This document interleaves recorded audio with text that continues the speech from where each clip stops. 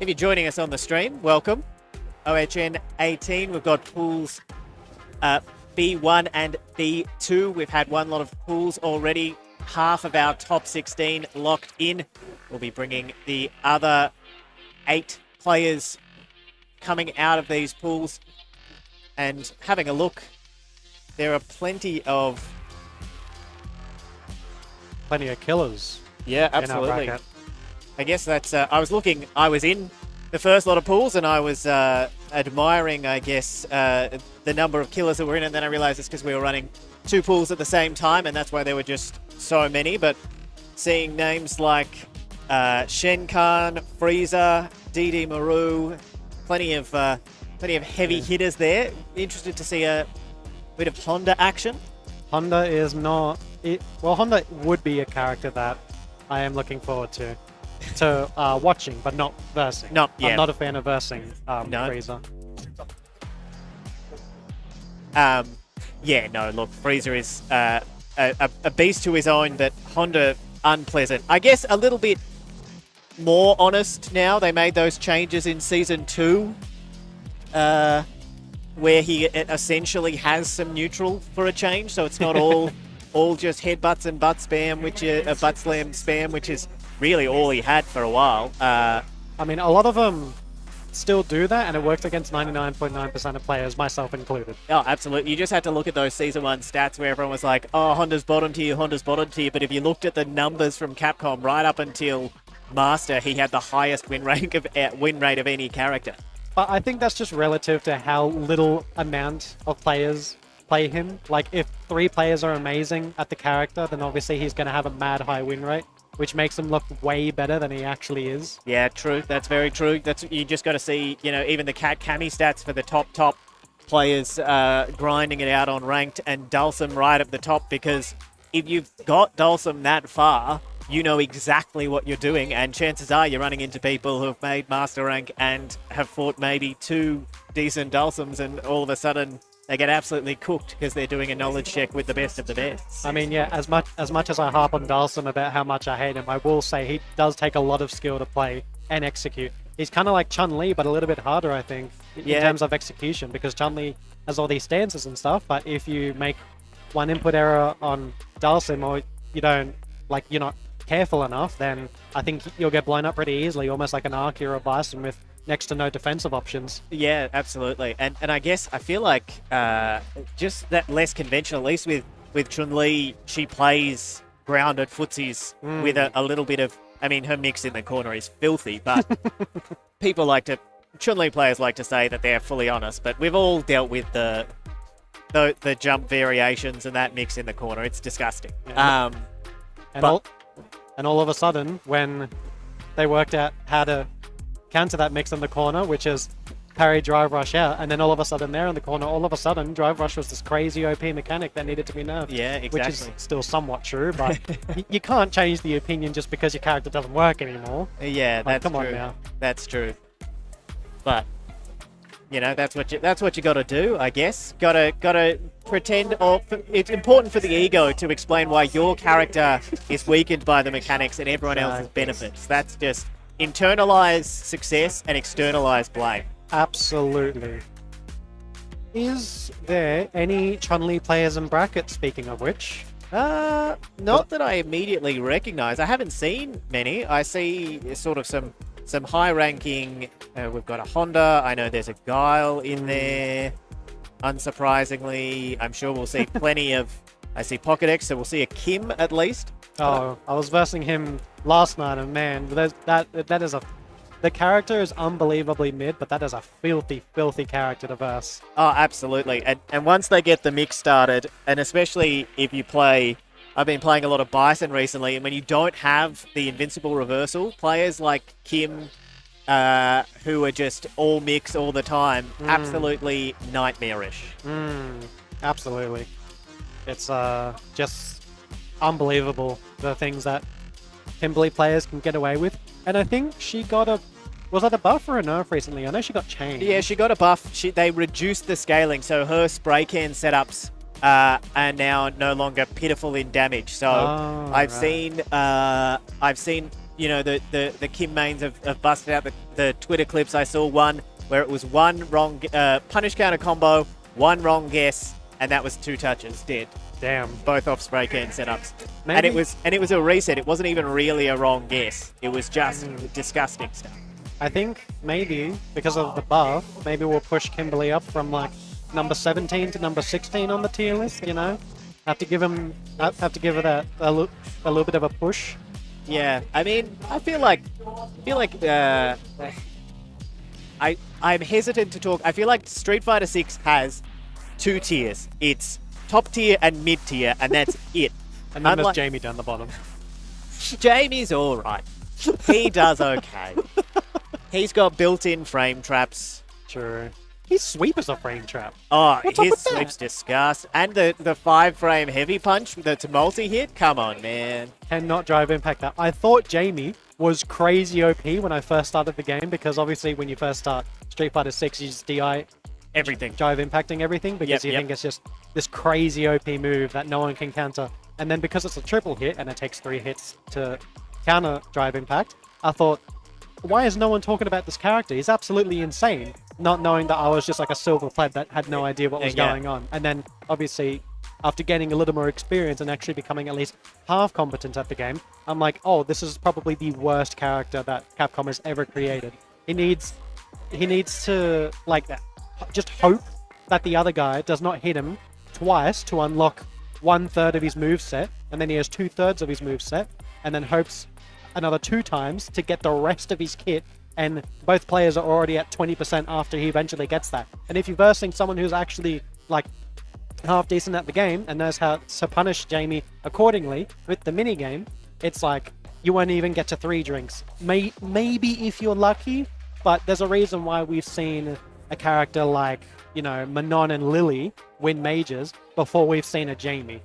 Yeah, I feel like anyone who succeeds with, even looking at some players we've got coming up in this pool, players like Shenkan who have a Jamie, but they have at least 1, if not 2 or 3 other characters to lean on for matchups, because if you can control that space, and particularly if you have a fireball so that they can't just drop back and drink for free and create a bit of space to do that, it's just so hard to get the momentum started. You need that first drink to get the dive kick to even start dealing with fireballs. But if you want to talk about poorly designed Capcom characters, I need you to go and play any iteration of DJ before Street Fighter 6. Really? He was garbage. Hot garbage. Street Fighter 4 DJ, every iteration, rubbish. Why even pick him up? That's one of the reasons that I feel like people talk about tier lists in 6, but like every character is so viable, even though there are characters that are better. The difference between the best and the worst characters in this game compared to even previous Street Fighter games, let alone other fighting games that have just absolutely useless characters, or characters where you are just going to be pushing so hard and you have to play so optimally in some of those matchups. That spread is so tight in 6, and that's why I find it, I guess, refreshing, but also easy to get salty, because you're like, I have nothing to blame but myself. I just got that play. That's not the matchup. That's not the other character. That's just me. Wasn't Street Fighter 4 DJ's first iteration of Street Fighter, or am I? No, he was. Am I uneducated? He was Street Fighter 2. Wow, that early. Yeah, he wasn't in the original World Warriors, but he was added in one of the later editions of Street Fighter 2. My history escapes me as to which version of Super Turbo or where he slotted in, but yeah, he's been around a while. That's why there's something weird about the way Maximum is written on his pants, and it's because when they were making it in the pixel art, it needed to read the same both ways. So like your brain corrects it, but if you look closely at the pants, the word Maximum is written funny, or Maximum is the word they had to pick because they needed it to work both sides. He's just so uninspired in every way. But I think they really did him justice with his design in Street Fighter 6, especially his costume 3. His costume 3 is like, it's so clean. He's like a walking disco ball. He looks crazy. I love it. I love his design. Yeah. And even just the way they reworked him, because so many people, they liked the character, or they wanted to make the character work, and then got a full-on glow-up for Street Fighter 6. And, Capcom clearly wanted to give him his dues, because nerfed him a bit too hard in the He Akuma got patch. shot. And It then, was, yeah. oh my. I agree that DJ needed a nerf, but he did not need to get hit that hard. That was unbelievable what they did to my man. But they gave him a little bit of his source back in the recent patch, like 3 days ago. So Yeah, I'm that's sure it. all the DJ mains are not competent, but they're like, you know what? At least we got something a little bit back. You know? People were hoping for the the changes, the nerfs to your Bisons, your Rashids, your Akumas, and all they got Yeah. were apology buffs to the Season 1 top tiers And that then they Luke hit a got little buffed. bit too hard. Yeah, Luke, DJ, JP, all of them got a little bit of apology buff. Sorry, we went a bit too hard with those nerfs. We'll bring you back up, even though none of them were broken. But as you say, that ground bounce that they gave DJ off that just cool follow-up now, comboing into any super, some of the damage that he gets off that is pretty crazy. It's just like, I want to bring up Jamie again because, like, I think he's the worst character in the game. And I saw, like, all the Jamie mains, like, tweaking out about, like, how Luke and JP were, like, in the top 5 in Season 1 of Street Fighter. And then they got nerfed, and rightfully so.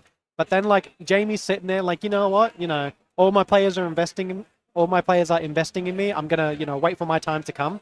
And then, he just got shafted again, and Luke and JP got buffs again, and he's just sitting at the bottom of the tier list, like, guys, you know I exist, right? Like, I'm not just here as a poster boy. I'm like a character that you've programmed in the game. Like, somebody, anybody, please. Yeah, it's a very weird little patch that they've dropped, and I think I think Capcom said we're not going to stick to the once a year. So then people had such high expectations for the Terry update. But really all they were doing was trying to bring it back to where they wanted it to be with the Season 2 patch, the Akuma drop.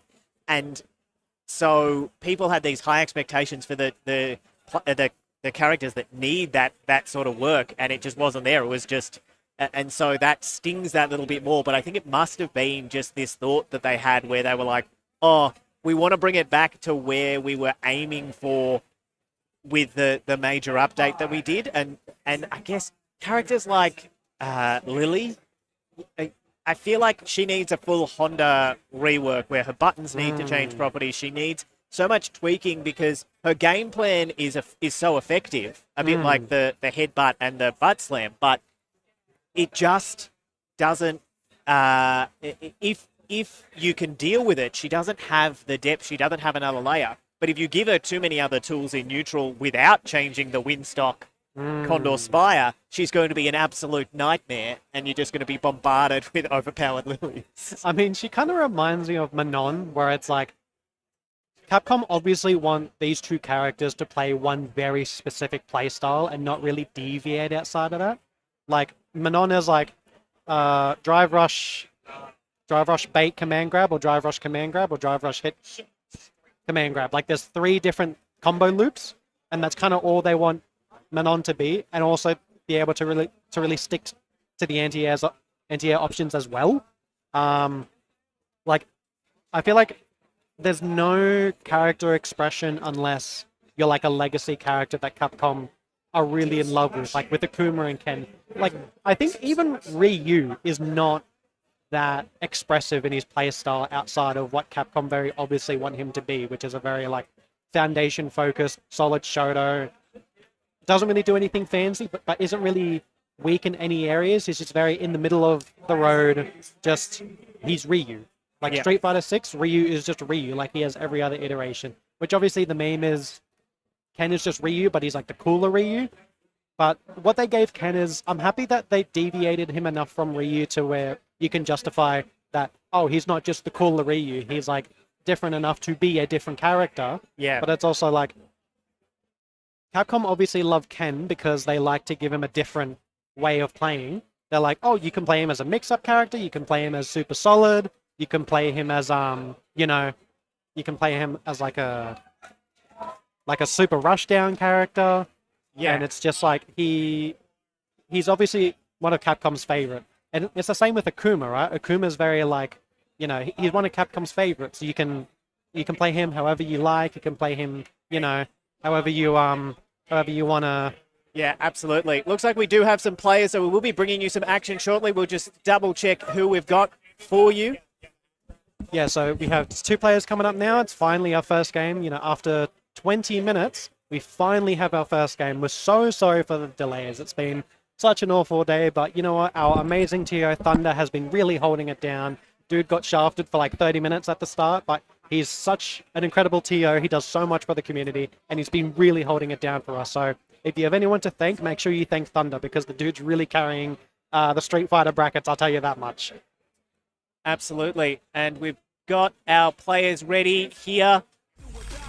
They are just getting their characters selected, and we will be getting this pools action for the group pools B1 and B2 as we lock in the remaining 8 for our top 16, which we run later tonight. But for now, we've got Danish Coup and Shash Plays. I've heard of Danish Coup, but I'm not really sure what he plays. I haven't really, you know, I've heard his name around, I've heard whispers here and there, but I don't think I've ever played him. I have a distinct memory of Danish Coup rocking a DJ, but it looks like we're going to have a he did play DJ. All grappler matchup here. A modern Manon. Modern Manon, that is criminal, but I'm excited to see what he brings to the table. Having the SimSim AI, if you've ever fought it at a master level, the Manon is cracked. I don't know what it is, but there's something about it. Oh, big empty jump command grab to get things started for Danish Coup, then catches the toes as well. Hits him with a drive reversal. I mean, what other option did he really have there?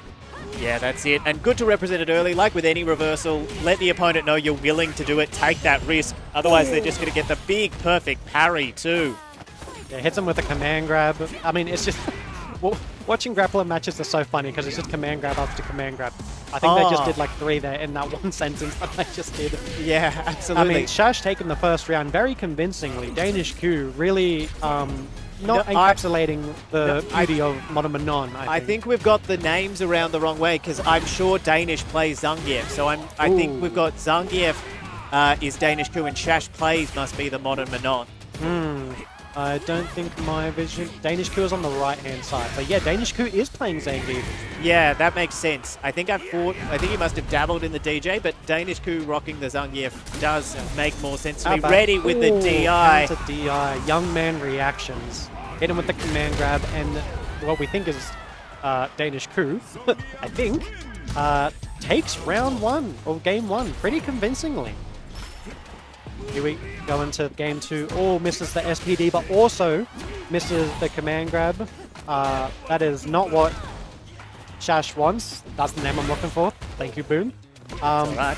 Yeah, a lot of jumping, a lot of drive rushes. I mean, that's just Street Fighter 6 in the nutshell. Hits him with another command grab. Fakes the drive rush. I wonder what the plays as a game plan here is. Obviously, he's on about 15% now. Hit him with the overheads, yeah. Double overhead.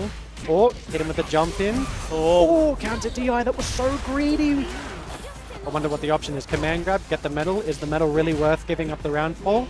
Well, I mean, I what guess... if he misses the SPD, but then he misses the command grab as well? Oh, I think both of these players are just playing so nervous, which is fair enough, because I think this is round 1 of their pool. Yeah, starting the day, chuck them straight on stream, so there are some extra eyes on them. Oh, big parry, but no empty jump on the throw. No throw on the empty jump, so gets away with it. Danish just looking to resettle, and there's another SPD there. So a great position up a game and a round. Danish Coup closing in on moving on in the winner's side, but there's a big punish counter and 3 medals for Shash Plays. So not out of it yet, and the more medals you can build, Manon's such a momentum character where you can really pay for it if you let them start to get on a roll. And I just checked, and I can confirm this is round 1 for these 2 players. So obviously they're going to be dropping a lot of stuff because they're really nervous, and hits them with the light confirmed drive rush command grab, counter command grab. That doesn't work.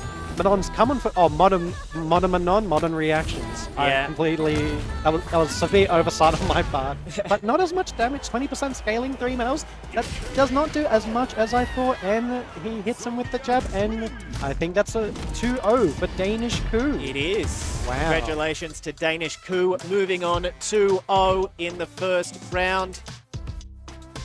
Yeah, wow, that was the average grappler match. I don't really watch grappler matches that much because I'm not a grappler player myself. I kind of just watch my own character and see how, like, to learn matchups and stuff. But I just think a lot of the grappler games are just, they're so goofy. Like, they're just so goofy to watch, especially like Zangief mirrors or Manon mirrors. They obviously both have the same game plan and neither of them want to commit to, like, what they want to do.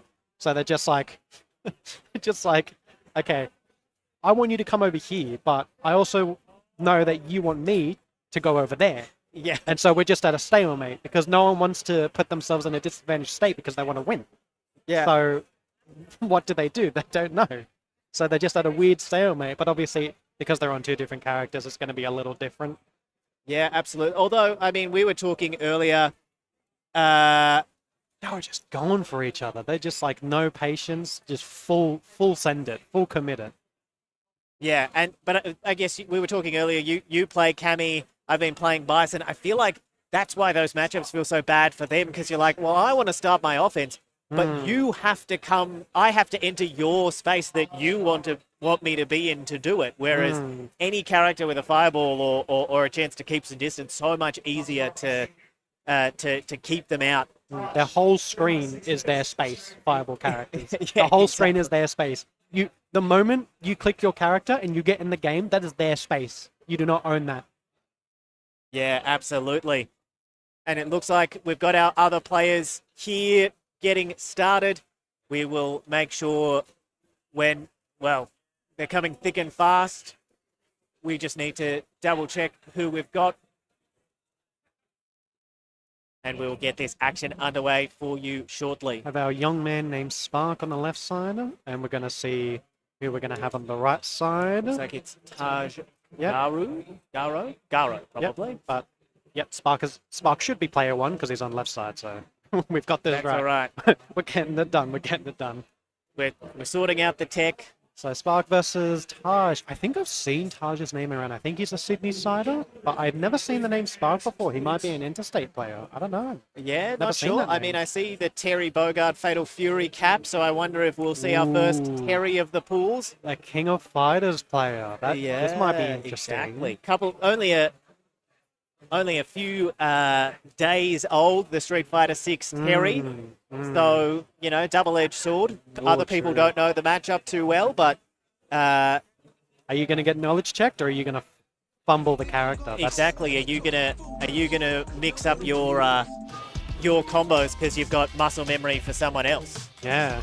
But I've been labbing with Terry recently, and, his confirms are insane. You can, confirm a fireball into level 1 and he'll throw himself across the screen.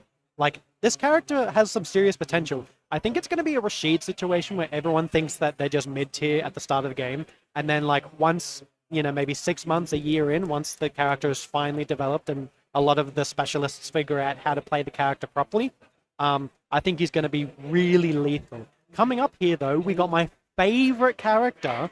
We got Cammy versus Jamie, maybe, but I'm so excited to see Cammy because I actually know what I'm talking about. Yeah, and shout-outs to Genja in the chat letting us know Taj is from Queensland. Ooh, a Queensland side. Oh, wait, no, we're seeing Terry. It is the Terry. This is going to be so exciting. A All 4-day-old character. This is what we're here for. Wait, Spark is from ACT. Wait, where's that? Australian Canberra, right? Yeah, I don't even know my own country. The Australian Capital Territory made the trip all the way out of the border and into New South Wales. Damn. ACT versus Queensland round 1. That's got to be rough. Driving all this way or flying all this way, and somebody's going to go home. Off of round 1, probably. Ooh, nice spin knuckle. That was very good read. The thing about Cammy now is that she can't react to things anymore. She has to read everything because of the spin knuckle nerf in Season 1 a couple months ago. Yeah, and I don't know why Capcom hates anti-fireball moves, but they really do. Manon's has never worked. They nerfed Cammy's. They made Aki's work at least. Wow, big combo there from Spark into the corner. But a great challenge on Wake Up from Taj and just representing that crouching medium punch. Nice, hit him with the 1-2 fly confirm.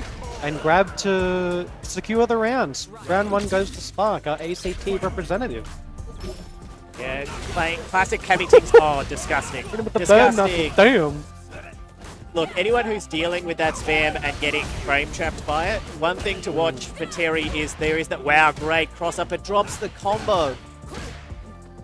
Oh, hit him with the light confirm. Light, medium into Spire Arrow. Hit him with the grab. That's what we like to see from Cammy. That's plus frames right there. Delay tech grab. Hit him with the Fireball. Burning Knuckle. Screen shook. That's plus, but he somehow did not get the conversion.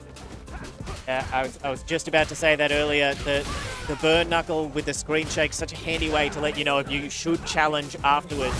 Spark obviously respecting the plus frames. Oh, great challenge. Hit him with a crouching medium. Oh, he didn't get to level 3. Oh no, that's so unfortunate. Hit him with the delayed tech grab again. Drive rush. Oh, those young man reactions. Holy. And game 1 going to Spark. Oh my goodness. Yeah. That was some shower high level reaction. Yeah. He saw him turn green and he threw that double quarter circle forward like it was nothing. Yeah, it didn't even look like he was buffering, so just so ready for it. Modern reactions with the classic controls. Great walk under to get the throw in the corner and start that classic Cammy offense here. Really respecting the OD reversal from Terry there and just willing to play the neutral because so far Spark has been coming out on top. I hope the Terry Burn Knuckle isn't like a Jamie Palm situation where they're just throwing it out constantly and that's like the only game playing with the character. This character's only 4 years old, but Jamie was also only 4 days old, my apologies. But Jamie was also only 4 days old at some point in the game's lifespan and he still has the same game plan now as he did on day 1. So I hope this isn't the same situation. Absolutely. Great conversion there for Taj to get on the board, go up around and get him closer to leveling out this opening. Ooh. Wow, interrupts the start of the burn knuckle, gets a full combo, pressing buttons on wake up as well. Nice grab. Throw loops, no, goes for the drive. Checked him with the crouching medium punch. No raw drive rush for you, my man. Oh, nice anti-air. Oh, no. Just absolutely pressing on wake up, does not want to respect that mix of strike throw that Cammy is so well known for. Just using these specials in neutral as much as possible. Terry, a man who has so many specials, he straight up ran out of inputs and they had to put him on target combos. Yeah.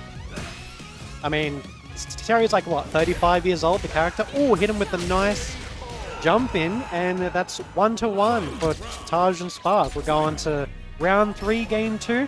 Maybe Taj will rub this off of Spark and we'll get a game 3, but hits him with the confirm a level 1, but didn't do that much damage. I'm pretty surprised. I thought it would have done a little more, but maybe Terry suffers from bad scaling. That was a I was going to say there were a lot of specials, a lot of specials in that combo before the level 1. So if it wasn't punish counter, I guess the scaling really hurt him there. But oh, here's a big opening. Oh, but drops the combo. Lets Spark back into it. Catches him grabbing the air. And now Spark, slight life lead. Any touch will do it from this point. Oh, overhead. Is he going to hit him with a level 3? Oh, he hit him with the crouching medium pick. Oh, but he doesn't kill. Oh, he got a little light confirm. And that is 2-0 for our man Spark, from coming straight from Canberra into Sydney, challenging some of the country's much better players. And just, I mean, I didn't really expect Terry to win. The character is 4 days old, and I suspect Spark has been playing Cammy since day 1. But honestly, a 4-day-old character and getting at least 2 rounds, I think it was, that is a solid effort, I will say. So, kudos to Taj. That is a solid effort for a 4-day character. I mean, yeah, absolutely. I would not be able to do that. I promise you that much. And just just showing up, putting your hat in the ring, add character and experience because you've only just picked it up. You're on stream, you're at a tournament, it doesn't matter how seasoned you are, that's in the back of your mind, especially you already worry about dropping combos in any match, let alone a match on any kind of stage like this. So always good to see someone repping the Terry Bogard. Glad we got to see one early for you here in these pool games. And there's 2 pools going on at once, so we should be having matches coming thick and fast. What have you thought of that matchup, Cammy? Terry. I've only played 3 games against it because I've been labbing Terry these past couple of days, but I think I want to say it's in Cammy's favor because of the whole fireball thing, right? Because obviously I can't be playing the anti-fireball character and then saying it's a bad matchup. But I think it's at least a 50-50, maybe leaning towards Cammy's way. I think Terry has a lot of neutral skips that outside of Drive Rush that are just like, they're not super dominant, but they're certainly, I don't know how to phrase it. He has like he has a neutral skip overhead and burn knuckle, which is +4 if you space it properly. But I think it's safe even if you space it badly, because I think it's -4. But if you space the -4 properly, I think it could work as a space trap, and maybe it could be like a Jamie sweep situation or like a Guile situation where you can trap people into a particular space and then you can counter them. So maybe I think burning knuckle is going to be a massive part in Terry's game plan, but I think it's going to be a knowledge check kind of thing. He's going to be a very knowledge check heavy character, where if you just know the numbers and you know the matchup, I don't think Terry's going to get very far in many tournaments until he at least gets far more developed than he is now. I cannot stress that enough. He just needs more development. He's very raw. He's very small. He's very, you gotta sit and let the Terry players cook and let them know, not let them know, but like let them play more, I guess, which sounds strange. Absolutely. Well, and it's nice to see, I guess, a situation where that's happening again, right? There was so much with Akuma and Bison, so much familiarity. Their game plan is very straightforward. It makes those sorts of situations that much harder because, or so much easier for players to pick them up because then they can, just apply those skills, and then suddenly these players are day one cooking because everything works. The toolkit's very familiar. Whereas we saw it with Rashid. He's now, in my opinion, he's unbelievably strong character in the game once you know what you're doing. But his stubby normals and everything, he was hard to pick up. He's still hard to execute, but once you know how to do it, then he's so strong. Aki got the buffs, which helped her. Plus, people started working. Sol was here cooking people earlier, as he always cooked is. Me 10-1. It was unbelievable. That kid is so good.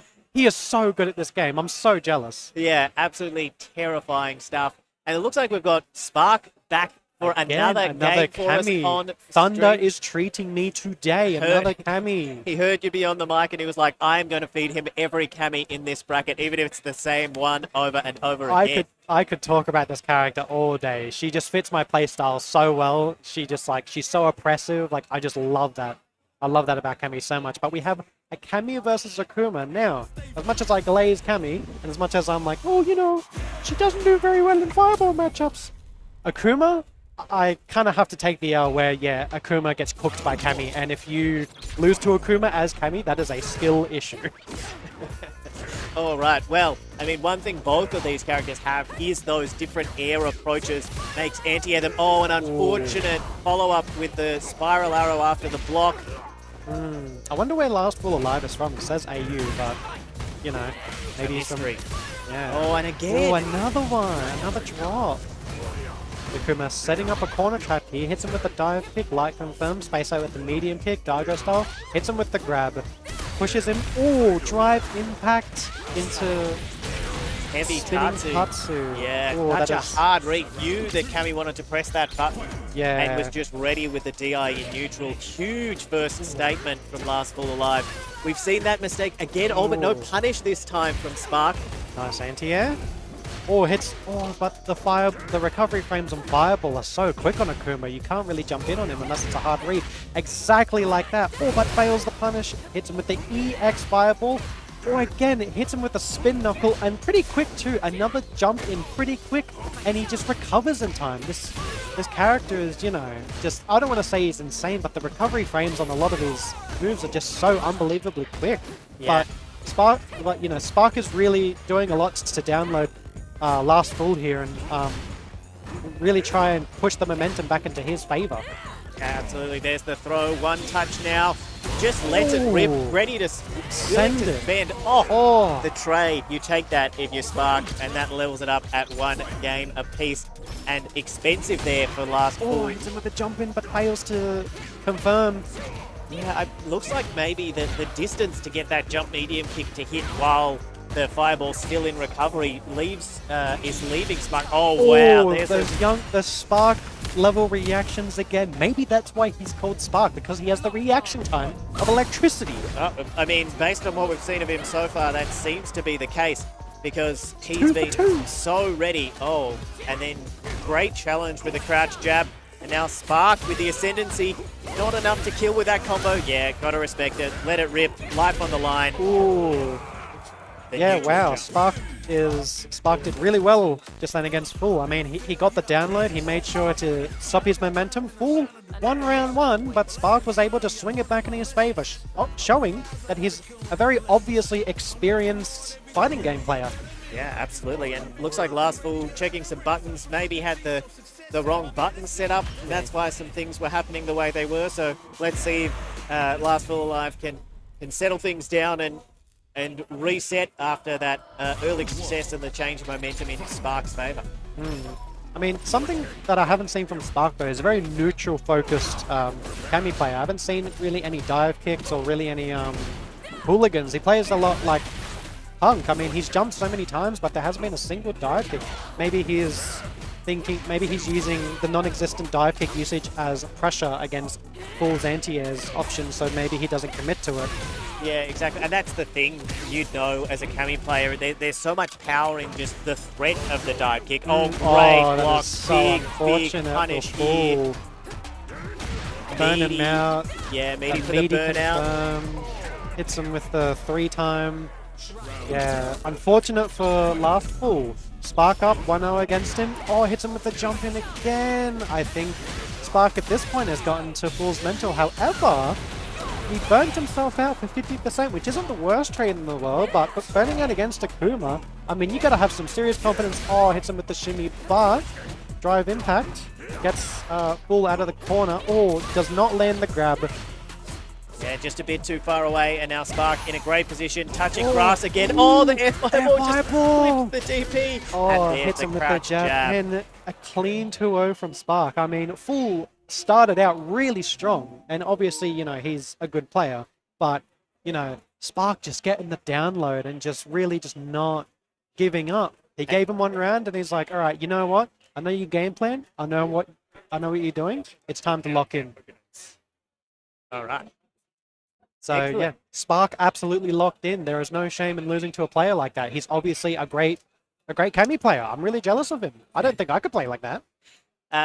We've been told we'll have Pocket X. We were speaking earlier, I think, about the Kim and the disgusting mix that we will be seeing here. Saying it absurdly loud, so he knows. I mean, he knows. Yeah, no, I'm putting him on blast. Pokedex knows how disgusting his Kimberly is. It's unbelievable. He's pretending like he can't hear me, but I know he's asking to hear me. Because I was versing him yesterday, and some of the mixes he was landing on me were absolutely foul. I could not believe what I was witnessing. Because I was a victim of it. I was being victimized by Kimberly. I got victimized by Pokedex and Soul last night. I was just... That's how you prepare for a major. If you're going to show up, you're going to show up in Sydney. Play as a victim. Yeah, exactly. Because then you got low expect, under promise, over deliver. If you've just been cooked 20-2 or whatever, I got Volley a couple months ago washed me like 30-3 with his Manon. Absolutely disgusting. And you know, then you're like, well, I'm not going to win. But then you surprise yourself pleasantly when you do okay against someone else. Yeah, and you're like, oh damn. I'm all right. 16. Yeah. I mean, I did. Time to get washed by YZ now. All right.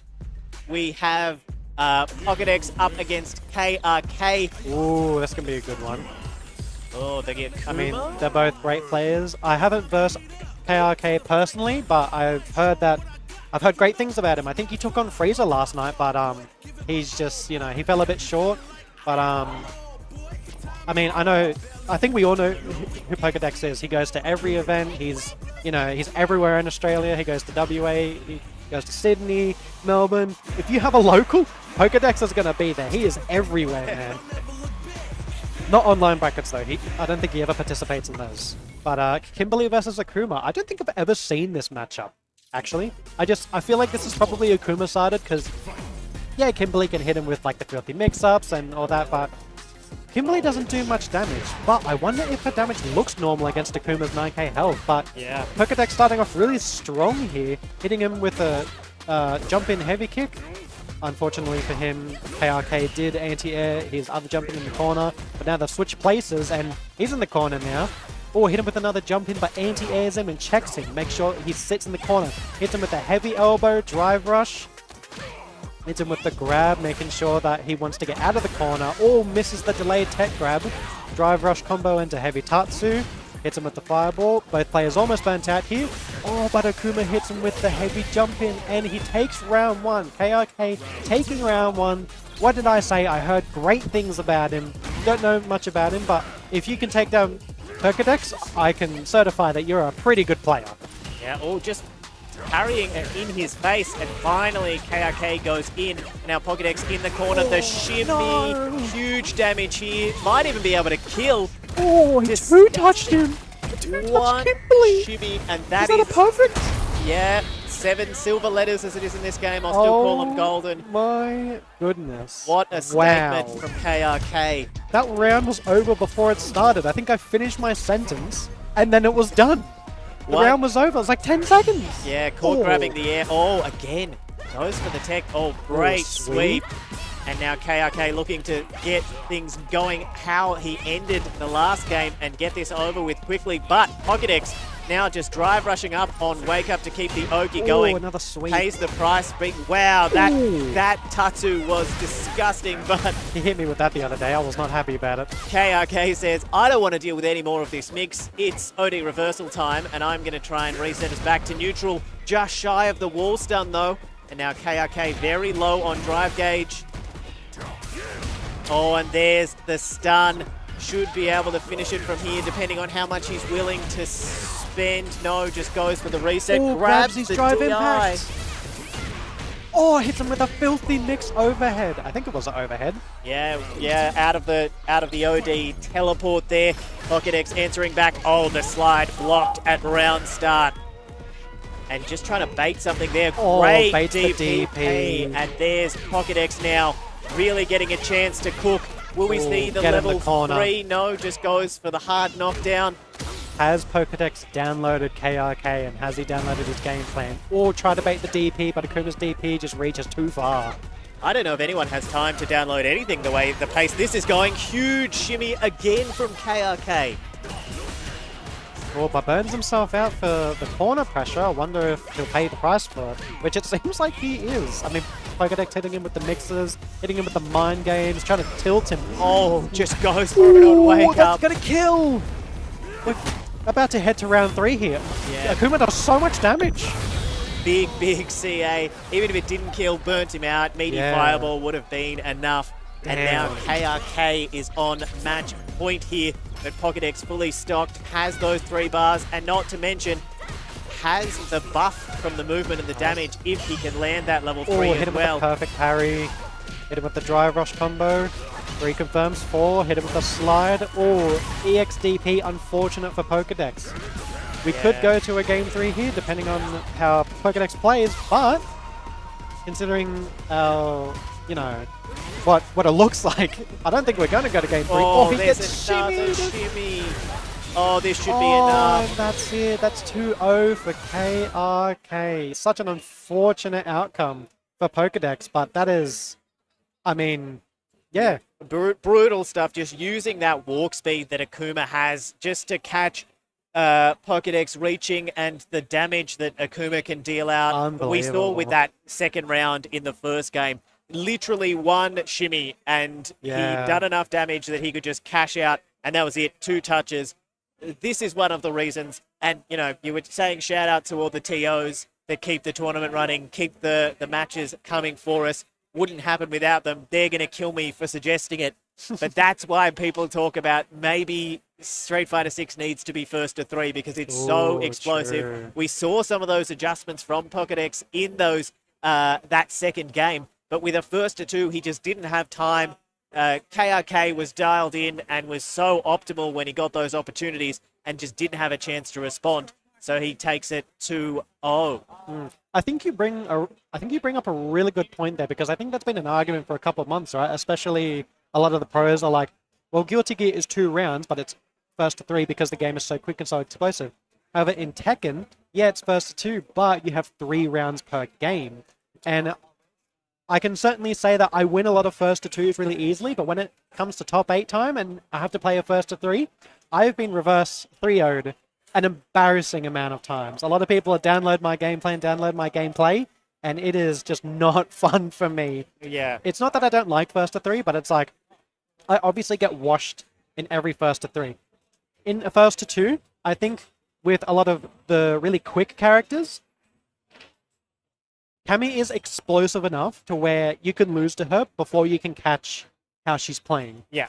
So I think the first to 2 or first to 3 kind of benefits particular characters depending on the playstyle, because a first to 3 would really benefit someone like Zangief, who has the time to be slow and be like, okay, what are his habits? What is he planning? That's when you get the head and shoulders out and you start doing the conditioning, and then by the third game, you're in their head and you know how they're going to react. Absolutely. But our next game is going to be a really exciting one. We've got Frieza. I mean, that's a player recognized by face. I think everyone does. Yeah, Frieza absolutely. versus, I think we just had this individual on. I don't remember his name. It slips it past my mind. Yes, KRK. KRK, yes, my bad. So we're going to see the Akuma again, this time up against the Honda, if I'm not mistaken. I've not seen Frieza play anything else. He could whip out the Terry. He could be bamboozling us. That's true. Who knows? But I doubt it. If I was a betting man, I'd be betting that we are going to see Frieza with the Honda up against KRK's Akuma, who we just saw just how lethal. On the plus side for Honda, has that little tiny bit more health, one of those big body characters.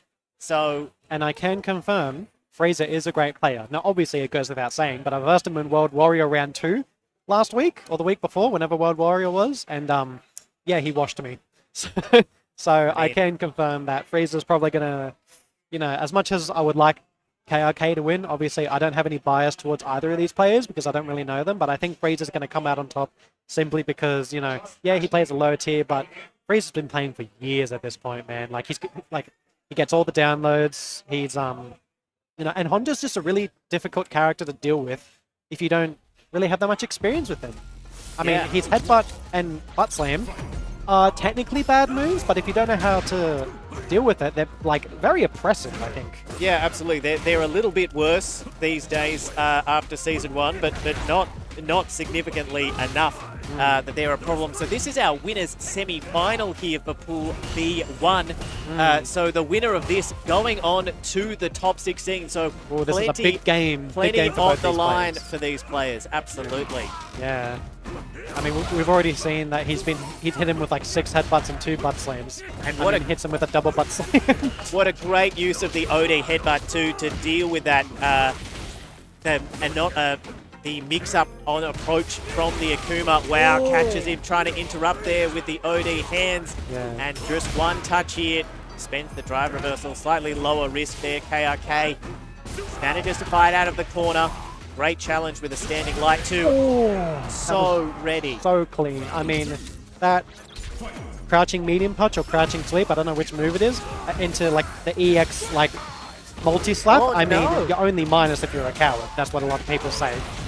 Was that a missed input? Yeah, Frieza might have been a missed input. I don't think super there. I don't think that was the plan. Was that 2 bars as well? Yeah, expensive input issue there. But Frieza's going to have to take it easy, really using these headbutts to control this space. And we've seen it twice now, and now KRK staying a lot more grounded. Great punish counter. Should be able to spend it here. Yeah. Ooh, level 3 though? Look, sometimes if you don't spend cash on the first date, you don't get a second. Oh, Here's true. tournament. But do you really want to spend all your cash? You won't have any for the second date. I mean, There's a chance to earn more money. You can delay the second date to earn a bit more cash to pay But the second for it. date's happening right now. This is the next girl. Or the next guy. Oh, the OD moves being used so effectively by Frieza in this matchup to just deal with those shenanigans. He's not going to deal with the difficulty of identifying what move KRK is going to go for because the OD is going to beat them all. But now KRK in the corner, just holding parry. Look at all that drive gauge that he got back. Oh, wow. Nice crush. Hit him with a nice 30% combo, hit him with the low headbutt, and that is game 1 to Frieza. But we do have the names the wrong way around. I just realized. I don't think KRK is playing No. Honda. It's Apologies certainly for the Frieza. confusion. There we go. I just noticed that. The score was right, but they were around the wrong way. Fact. That should be fixed for anyone watching at home. And here we go. Now, Ooh, medium pick. That was Frieza very has close. the corner. Oh, catches the toes, gets the heavy Tatsu out of the corner. Ooh, Catches ballsy. Frieza jumping back on Wake Up as well. Oh, what a great bait.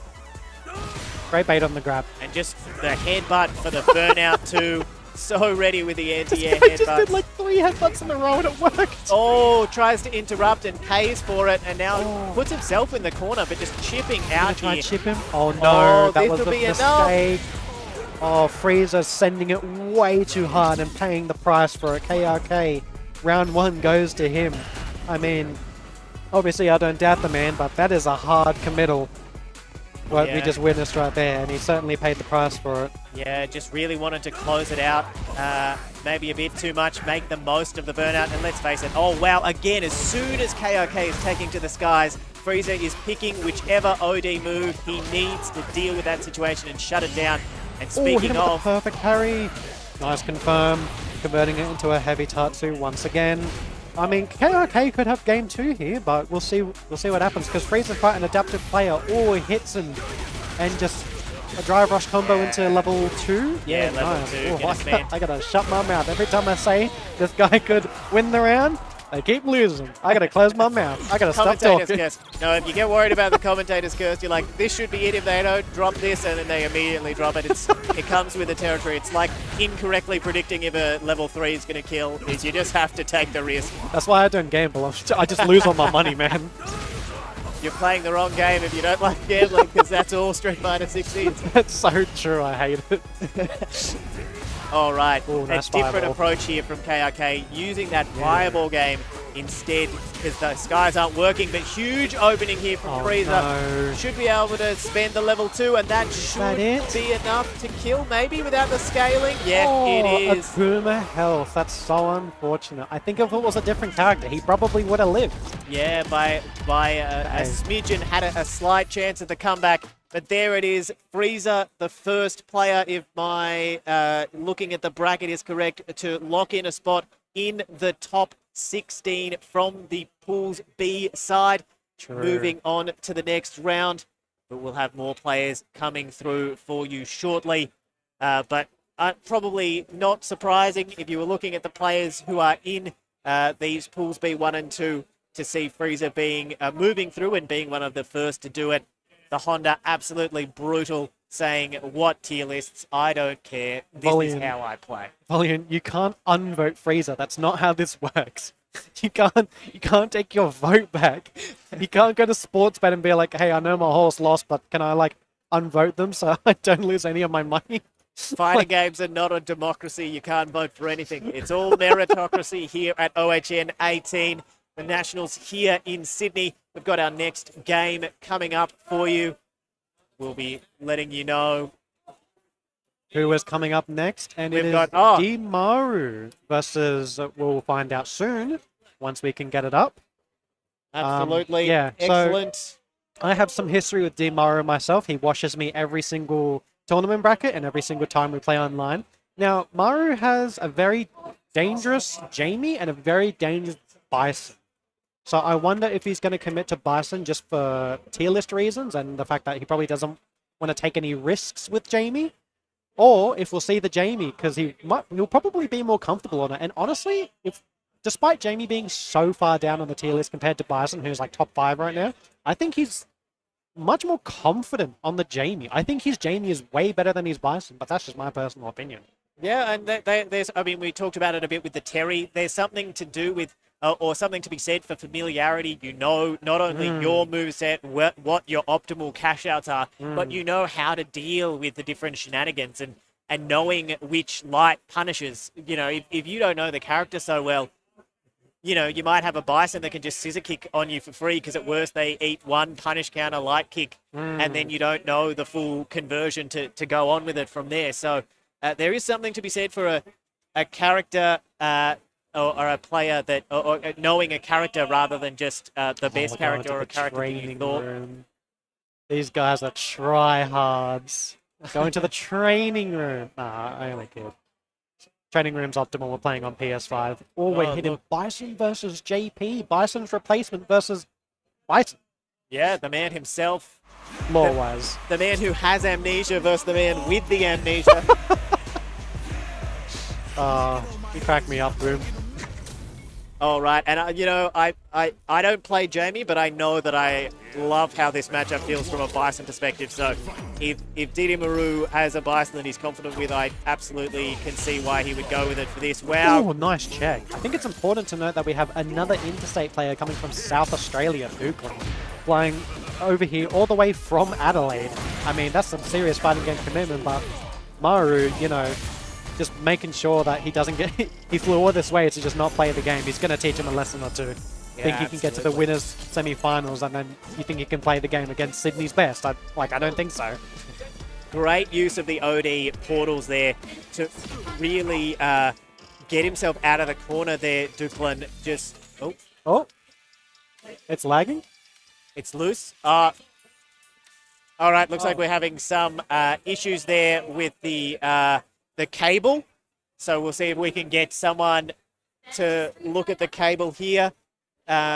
See what we can do for you. Yeah. We should have put a chair on the other side. That was our bad. Unfortunately, we're going to have a little bit of technical issues. Boom is getting up to see if he can fix it himself. I don't think we need to flag anyone over.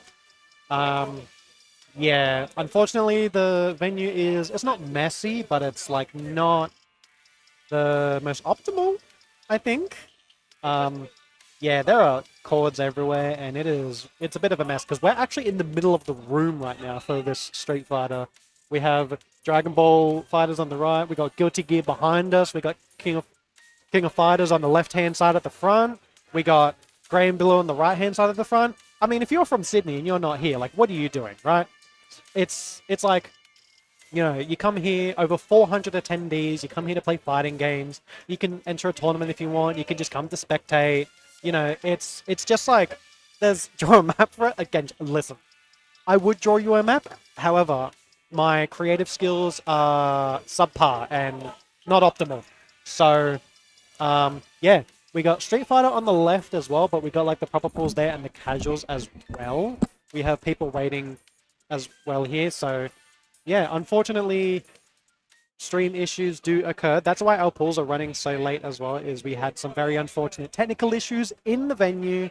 However, Boom has returned. Hello, I'm back. Just, you know, rustling the support, making sure that we've got everything sorted, making sure that the players are happy, because the last thing you want is not being able to see what's going on, especially against a character like JP, who's throwing all kinds of stuff all over the screen, going up, down, left, right. Even players, especially early Season 1, if they couldn't hear that cue for the command grab, because it looks so similar for the Ghost when you're not familiar, they were like, I need to listen when I fight JP, otherwise I'm just going to get hit with the... audio is a big thing with versing JP, but Boom, where is this located? Because I think Thumbs wants to, you know, smash a beer with a friend. Do you know where this venue that we're at is located? We're in sunny Bankstown.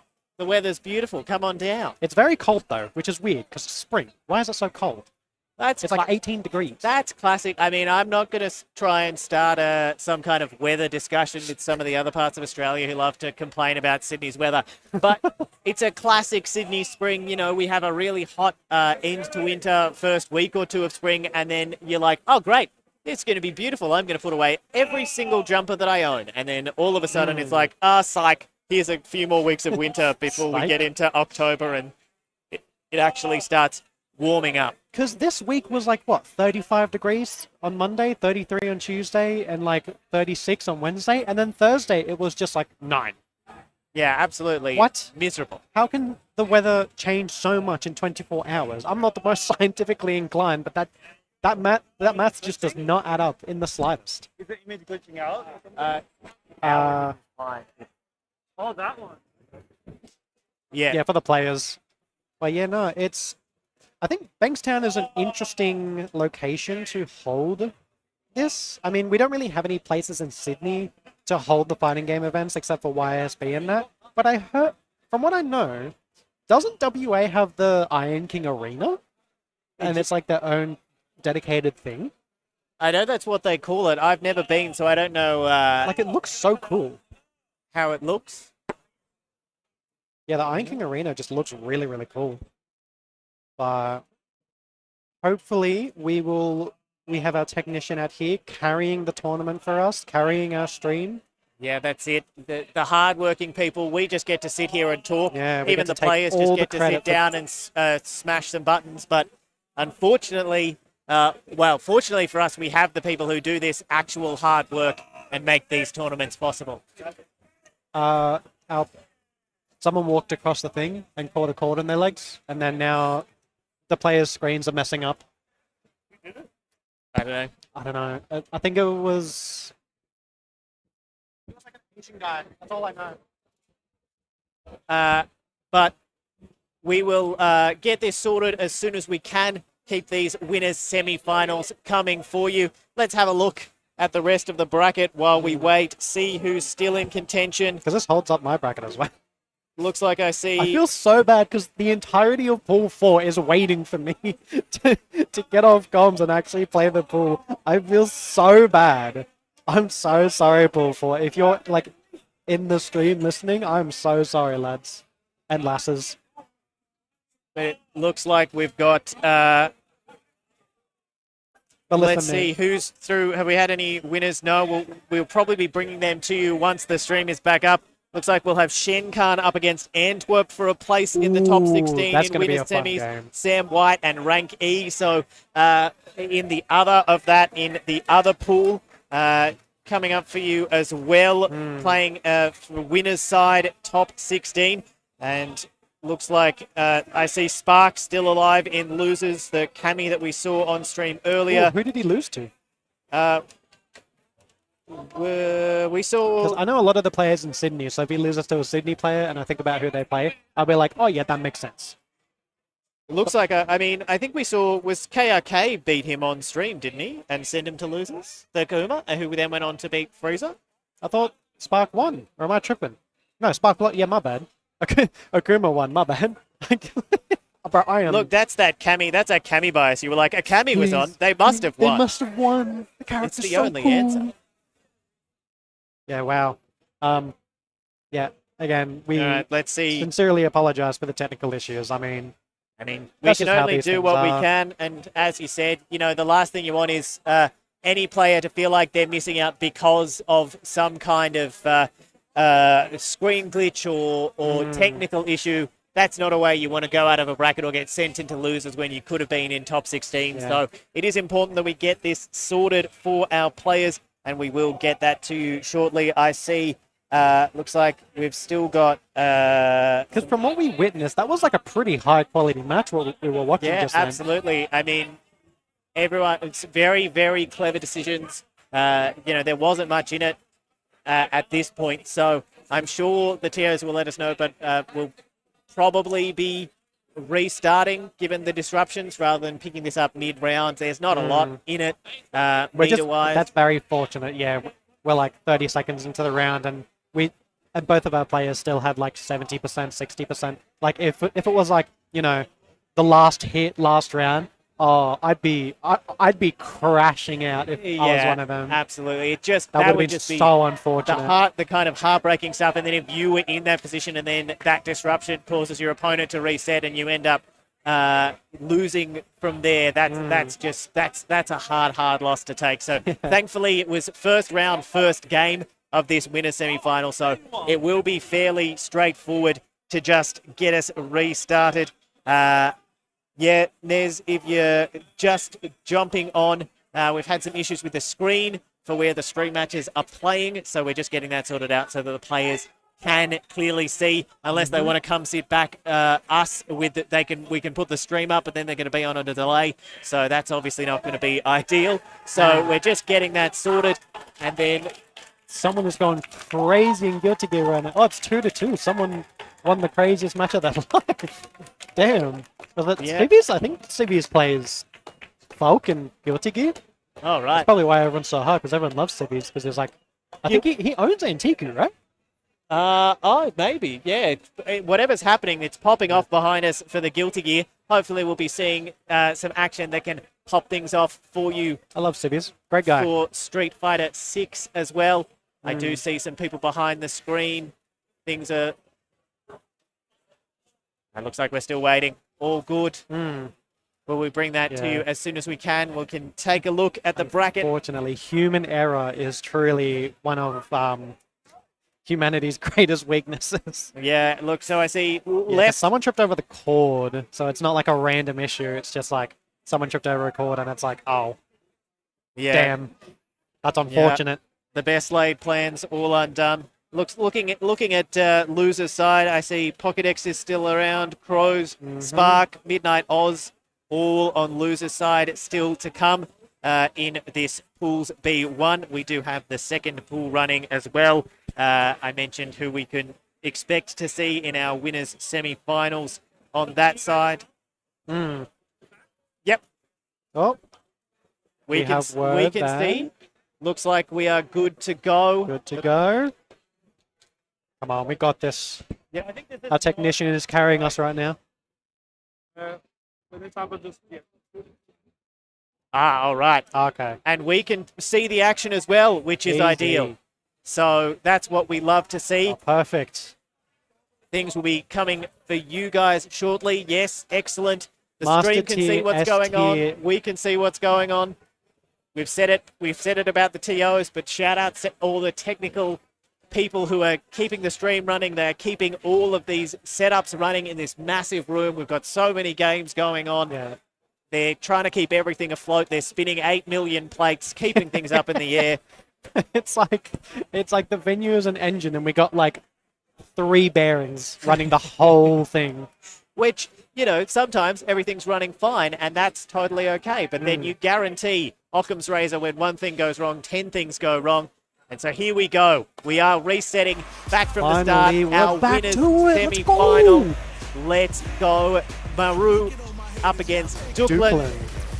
South Australia versus New South Wales. Obviously, I have to, root for Maru as a New South Wales Sydney sider myself. And as a Bison player, I also do. So that's a problem for us, but that's all right. We try not to let our bias show. Great Ooh. anti-air showing that got buffed. You know, that crouching heavy punch Did it works get buffed? again. Yeah. Oh my goodness. They gave it some of its invincibility or upper body invincibility back. Hit him with the overhead. Making so- sure to check his raw drive rushes. All spin kicks. Hits him with the double bicycle kick. Great challenge. Gonna Jab set the bomb. confirm. Yeah. Oh, here we go. Here's the loop. Hold this. What are mix. we looking So for here? Patient here from Duplin. Oh, unfortunate, and he's going to get the air-to-air and the bomb again. Unfortunately, there is such a thing as too much patience, and round 1 goes to Maru. And the delayed button on Wake Up was so perfect from Dini Maru there. Just absolutely brutal stuff. Just waited till Duplin finally thought that it was his turn. Wow. Absolutely no reaction Balls. to the raw drive rush. Empty. This guy's, damn, like hit confirm on block into drive rush nothing. That is that is some serious balls on this player. I'll tell you that much. Oh, wow. And just using the Devil's Reverse and now has the corner. That's throw loop number 2. Here we go. Just letting the pressure again. Duplin just... Oh, and there is the Ooh, OD Amnesia. Pops off, gets the full combo. Now just setting up. Just going to slowly walk out of the corner. Let the spike do its thing. And that is what JP is so good at doing. Oh, a missed space bicycle kick and a missed space check. Hit him with the Oh, the reactions. ju- Oh, he drive rushed after and got the confirm first. Oh, that was such a sick slip out. Hits him with the level 1. This, damn. Do not underestimate Duklin. This is a JP expert. That was a, holy crap. Oh, what a sweep from Didi Maru. Oh, and a big punish counter of his own for Dukeland. These two, you can see how they made it into winners semi-finals in these stacked brackets. And there's a big trade combo there. Just going to spend it, get that drive gauge back, take a healthy life B. He's going to leave him in burnout as well. Oh no! He hangs on like a single bar. Oh, unfortunately, that comes out way too slow. Yeah, wow. And just bomb again. He was committed to that on Wake Up. He was ready. Thought that Didi Maru would be thirsty to hit with a meaty button and get that burnout, but instead gets the full punish combo from that super and now has him locked down in the corner. About to get his drive gauge back, though. Ooh! Drive reversal. That's so unfortunate for Dukeland, and game 1 goes to Maru. Something I will say is this Dukeland player from South Australia has some incredible patience. He was on 1 HP, burnt out for so long in the corner, and it was a good 10 seconds of just like, I'm not going to press anything, I'm going to wait to see what it does, I'm going to defend everything. Like, I would have straight up, I would have hit a button, I would have panicked, I would have something, so I think serious patience is what you need as a JP player, but hits him with the counter hit. Unfortunately for him, it only hits with one of the triggers, hits him with the crouching heavy punch again, checks his anti-air, hit him with the spinning kick. Yeah, Medium confirm into drive rush, hit him with the combo, he's in the corner, wants to pressure him with the spikes and JP's usual shenanigans. Oh, checks his drive rush with a bicycle kick. Catches the startup of the fireball, and that's a huge bomb setup in the corner as well. Goes for the level 1, and Didi Maru is ready for it again.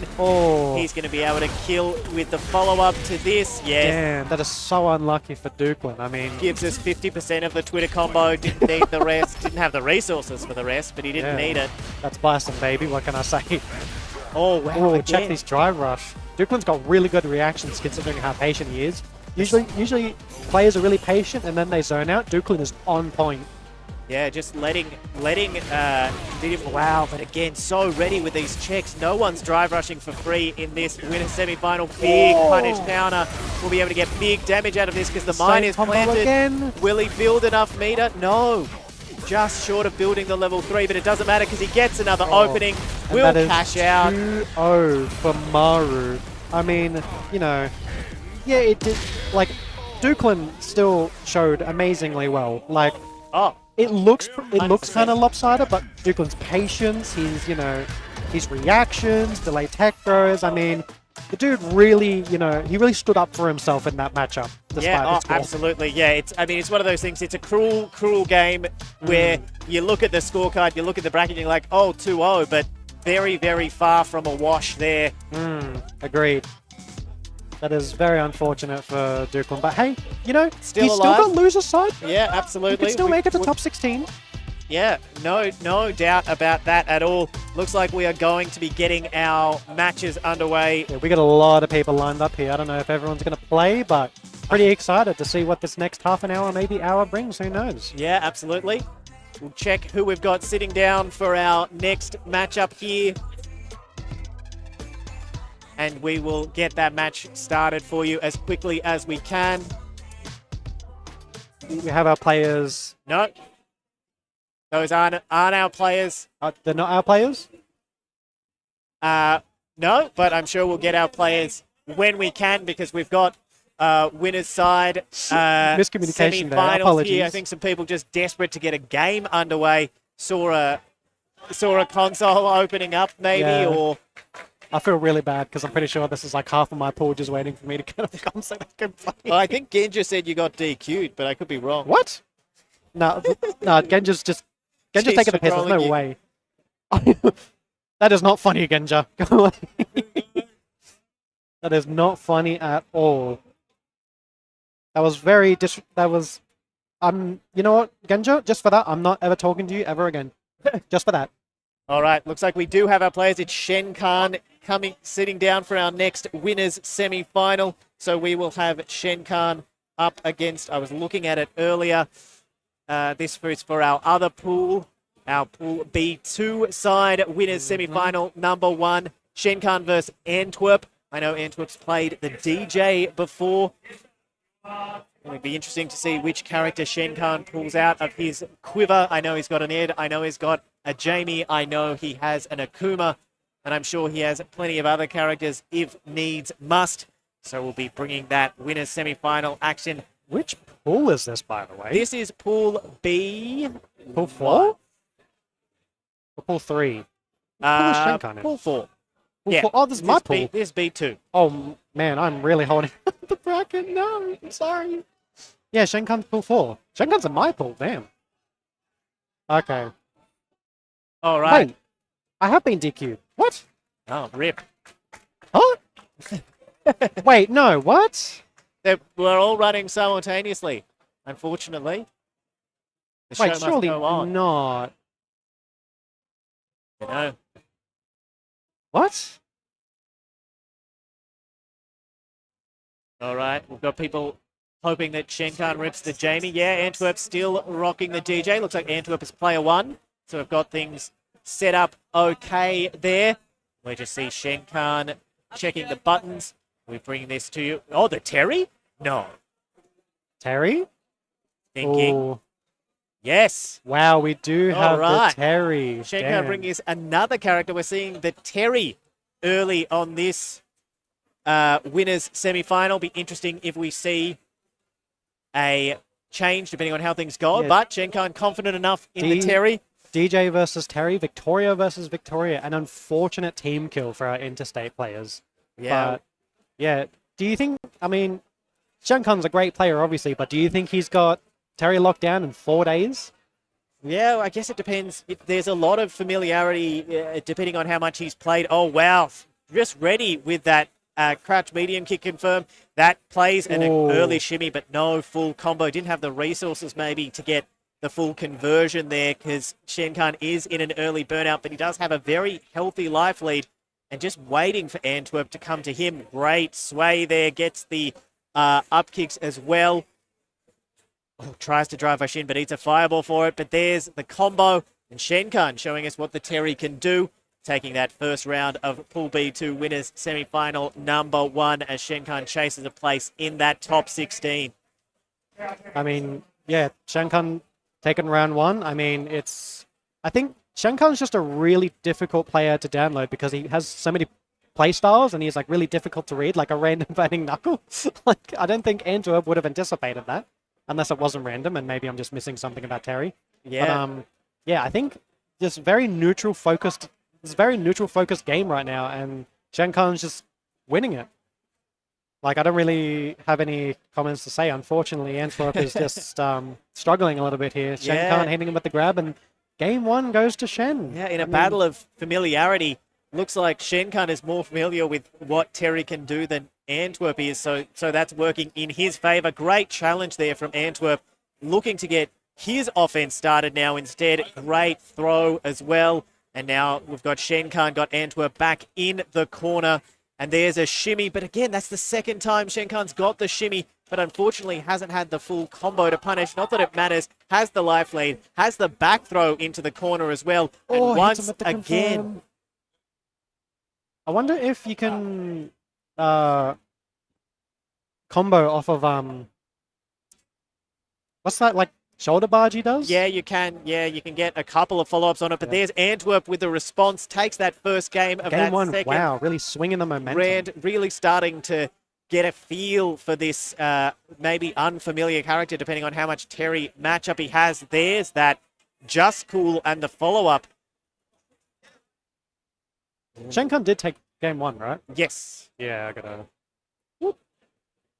make sure we change that. Yeah, make sure anyone just tuning in knows where things are up to. We've got Antwerp here taking early blood in the second game, looking to keep this winners semi-final alive. Shenkan, I was about to say close to burnout. Now he is burnt out. Big spend. Ooh, big confirm. Won't be enough to kill, but will put Shenkan in burnout for a very long time. Very low on life. No drive spend, though. Interesting. I wonder if he could have killed there with a drive rush combo, but he's got him burnt out in the corner. Oh, goes Level for the reversal 3. super. Oh. Antwerp sniffs it out. Doesn't get hit for it. And that's Shenkan game 2 to Antwerp. Damn. Yeah, here we go. And there's the knee. Such a tricky button there from DJ. Just really one of those many other characters who can change their trajectory in the air and make anti-airing that little bit harder. And this crouching medium kick doing work for Shenkan so far. Yeah, I mean, I think DJ seems like it would be a difficult matchup for Terry. I mean, I don't know much about Terry because obviously he's just like a day 3 character.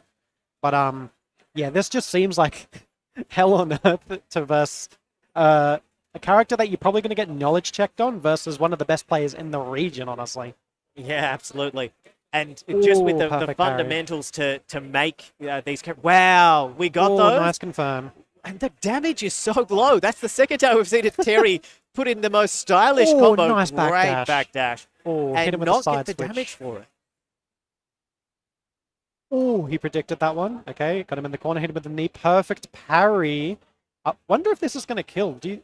No, the scaling, Perfect I don't scaling. think with the level 2 he had enough. Yeah. So he just lets it finish. Oh, the fake knee. ready for those, but reacted with no parry. follow-up. Oh. Antwerp hanging on by a thread. Down to the wire here, and Shenkan taking round 1 in a very scrappy neutral exchange in the corner. Wow.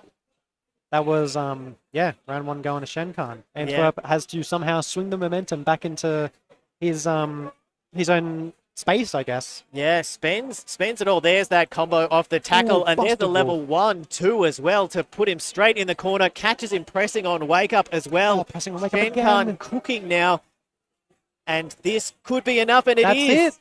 Shenkan. That's 2-1 to Shenkan. Very unfortunate for Antwerp.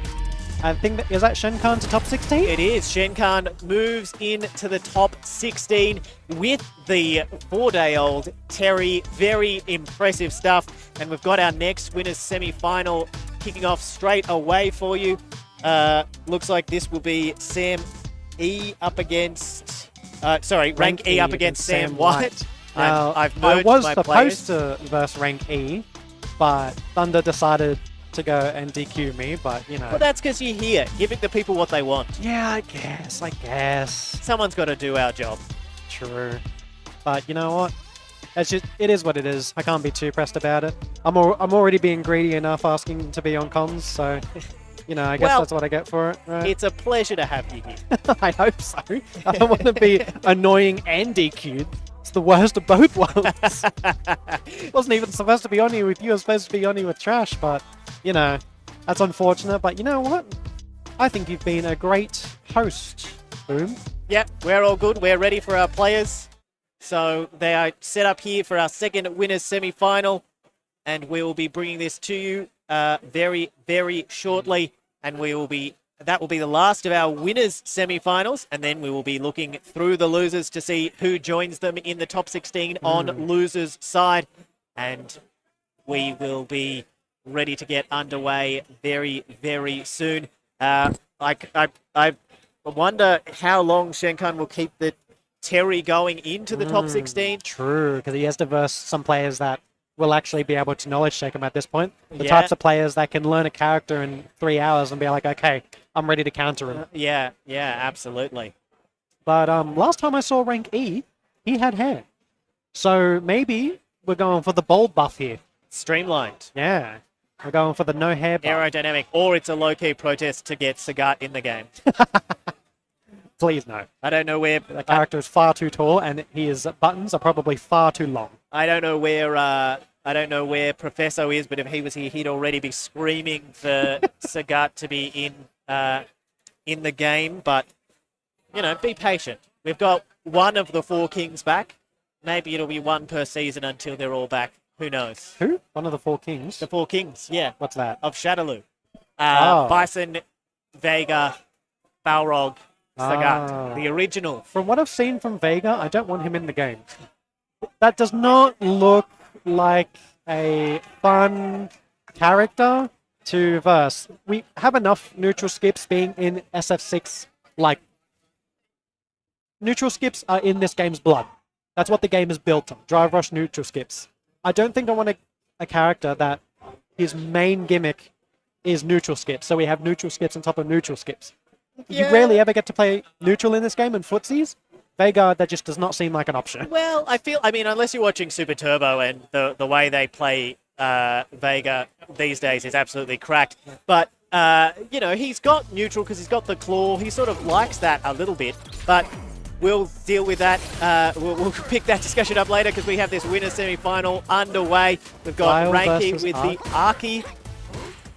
And Sam White with the Guile. Oh, hit him with the command grab. First interaction that wasn't a block and an actual hit. Oh, the big cross up there from Rank E as well. We have some absolute killer Arkies around.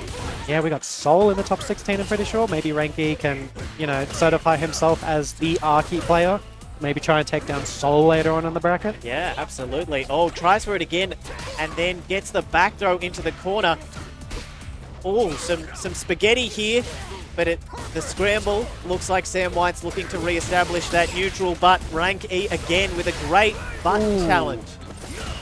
Yeah, versing Guile it's not really entertaining or fun for any players versing Guile, but I think for Arky especially, yeah, sure, she has a fireball skip, but it takes so much preparation and setup that it's really difficult to get Guile down, right? Here we go. Oh, wow, first gap in that Arky burnout loop, and Sam White just nets it. Great use. Not enough chip out, though. Oh, the Sonic Boom interrupted level 2. That's so unfortunate. I've never seen that interaction before. You see a lot of Arkies, I think, level 2 out of desperation.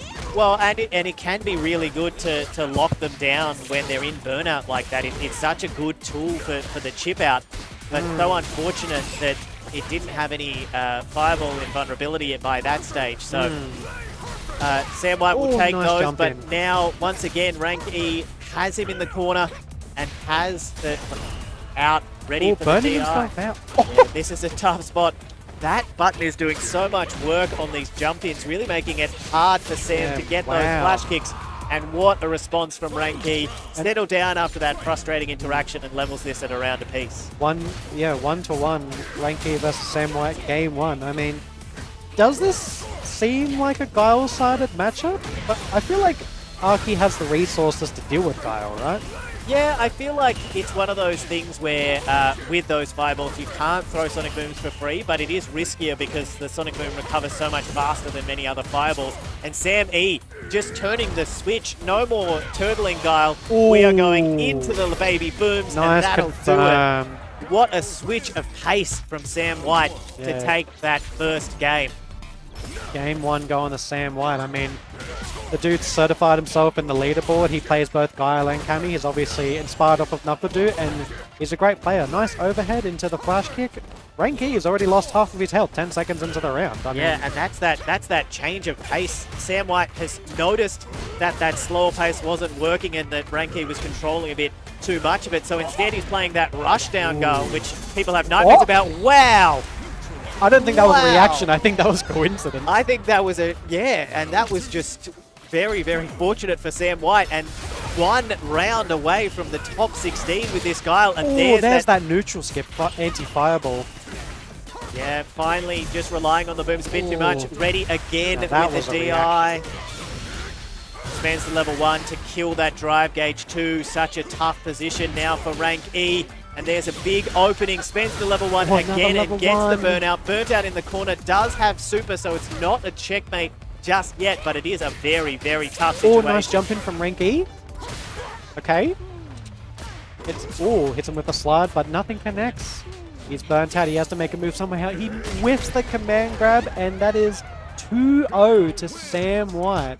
I mean, and Sam White goes to top 16, right? Yeah, that's it. That's Sam White into the top 16. And that is all of our winners' finals for pools B1 and 2 as far as I can tell. So we'll now be into the losers' side of the bracket to see who is coming up next.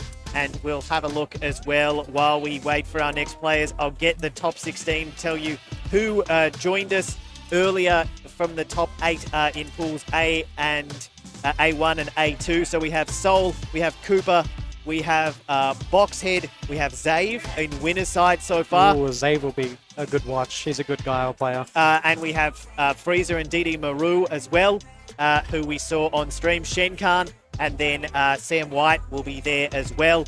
So far on the losers side, it looks like we have Wild Llama, Midnight Oz, Rumors, YZ, and GenXA. Gensha, I think is how Gensha, you there you pronounce that. go. Gensha's also an Arky player.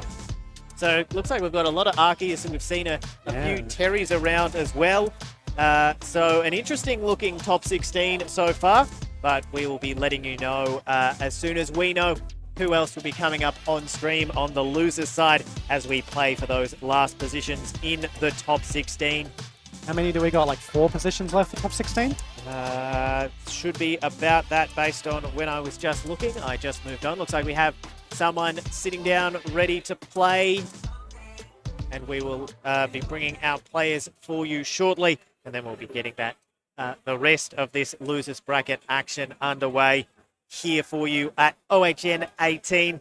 I mean, yeah. What do you think of the tournament so far? Like, I think you just have to look at the names of yeah, like we got, you know, Shenkan, Frieza, Zave. Like, it's a lot of people coming out for a huge turnout at OHN18. I mean, this is Australia's second biggest major, I think, after BAM. Yeah, absolutely. And there's just there's no such thing as an easy bracket run because there are killers absolutely everywhere. And I think the quality of Street Fighter that we're seeing is testament exactly to that, because every match that we've brought you has been an absolute blockbuster so far. So let me just again bring up that top 16 while we wait for our next stream matches. I feel like we have at least 2 or 3 left, right? We're 95% of the way through the bracket, but I think 1 and 2 are done, and we still have a little bit of 3 and a little bit of 4 left. Yeah, so it looks like we've got a few spots left on the loser side. Our top 16 winners is locked in. We still have 3 spots on the losers side to bring to you. So if any of those are coming up for us on stream, we will get them to you as soon as we can. But it looks like some of them are done. I think Midnight Oz was in the bottom pools, locked in their spot, taking on a Wild Llama. So again, we have Soul, Cooper, Shenkan, Sam White, and my bracket has just crashed on me right when I was in the middle of reading. So we have at least Duklin versus Pokedex, maybe, as that is a game that still hasn't been done yet, unless Pokedex and Duklin are playing right now, which I think they are. But is that it? I don't think it is. We still have Pool 4. We have 1 game in Pool 3, which is currently being played, so that pool's pretty much finished.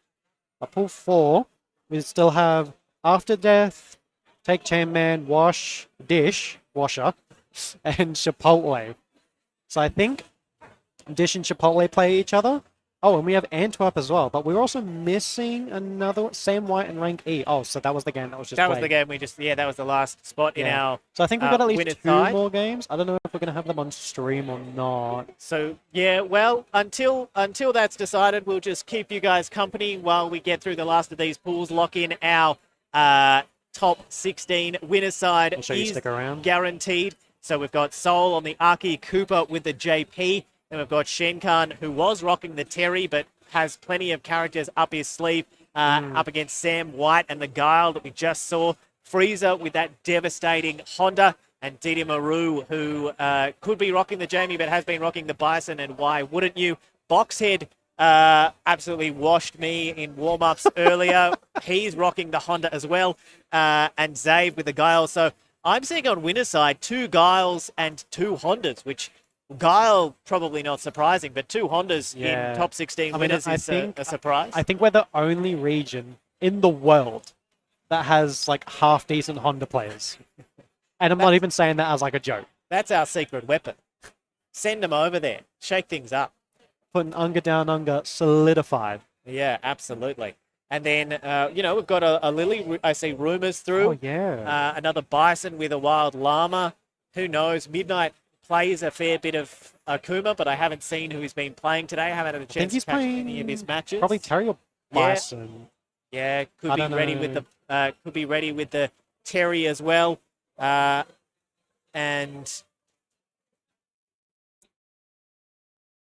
we will. I think a lot of people's pools are finished now. I think a lot of people are playing casuals now. We've got Dragon Ball on the right, Guilty Gear, but I think Guilty Gear is still, Guilty Gear is still being played on Antiku.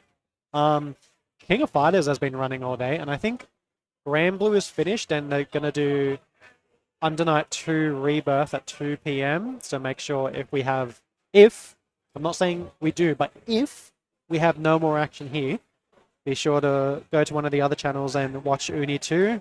Make sure you support your local scene. For any of you watching at home, maybe or they if you didn't want have to come to OHM. You know, get down here 6 o'clock for the top 16. True, just as we rock decide up, pay $30 or $15 for your spectator pass. Yeah, absolutely. Get in on the action. Yeah. We've seen plenty of pools action of a very high quality, which when you think that, you know, that we've whittled that down into the 16 best players, tonight is going to be absolutely red hot. I think Tekken's pools are done as well. And I think they're just playing casuals at this point. I see Yusuf playing, but I don't know whether it's a tournament or not. But I don't know where Thunder is. I don't know if we have any word on what's going on, but I think the last games are being played. Yeah, well, hopefully we have a chance to bring you at least one more match on the stream before we say goodbye until that until that top 16 tonight. If not, we'll just be keeping an eye on things and let you know who is locked in those final positions in that top 16 bracket, and then we will say goodbye and move on to the next, and we'll make way for the next game that is underway. So it looks like Duklin is through as well. We saw on stream earlier doing a very impressive job. So locked in will be taking on Rumors. So we have 2 spots left Good stuff in the loser side of the top 16. So we'll have that guaranteed and locked in very shortly. After Death beat Take Chanman, and that is a Zangief player. So we could have Zangief versus Arki. I think Antwerp's a DJ player, right? Yep. Yeah. I'm surprised Dish lost to Shapoli, because Dish is a pretty good player. He's like an 1800 Ken player. Yeah, and, you know, people love to say that Ken's the worst Shoto, but the Shotos are so strong in this game that there's no such thing as a bad Shoto. And so... I don't know where Thunder is. We are just double checking whether we have any more action to bring you. Otherwise, we will bid you a fond farewell. Over there. I think this is it. Yeah, looks like we might be done for stream matches for you after those winners semi-finals, but you can't be mad about that with the matches that we saw. So once we get confirmation of that, we will tell you what our final top 16 makeup is, and then bid you a fond farewell. Things got off to a pretty rough start, crazy start. So if you haven't caught, I've been Boombox, and I've been Smug Joshi. We'll be still around. I didn't make it into top 16, so I'll just be watching tonight. But I got DQ'd. It's a sore point. I should have brought it up. A bone to pick with Thunder. I got set up. I was supposed to. Yeah, last one. Right. Okay, we're going to bring you one more game. Do not go anywhere. But I have a bone to pick with Thunder. He is going to get it. I swear, because I was supposed to commentate. Start the beef. Money match. I will destroy him, and then he will ban me from YSP. But, pretty disappointed. But money match and put me on comp. First to 20. Let's do it. Oh, he might beat me in the first to 20. I don't have that much. Has to be a first to 2, so he can't adapt. Yeah. So he can't download incomplete.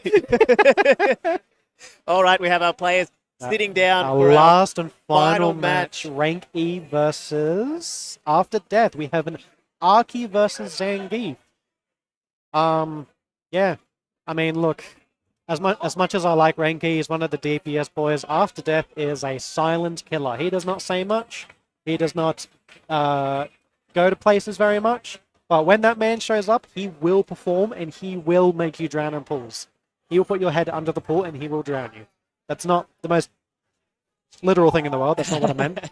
The metaphor's got a bit mixed, but that's all. Yeah, good. I realized what I was saying as it was coming out of my mouth. I gotta not do that. No. That's what it's all about. We're just talking.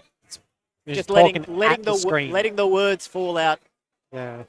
keeping people entertained. For any of you that have been hiding in chat, feel free to, type a message or something. Thank you very much for watching us. Watch this very scuffed, very scuffed Street Fighter 6 stream. I'm happy to see you all here.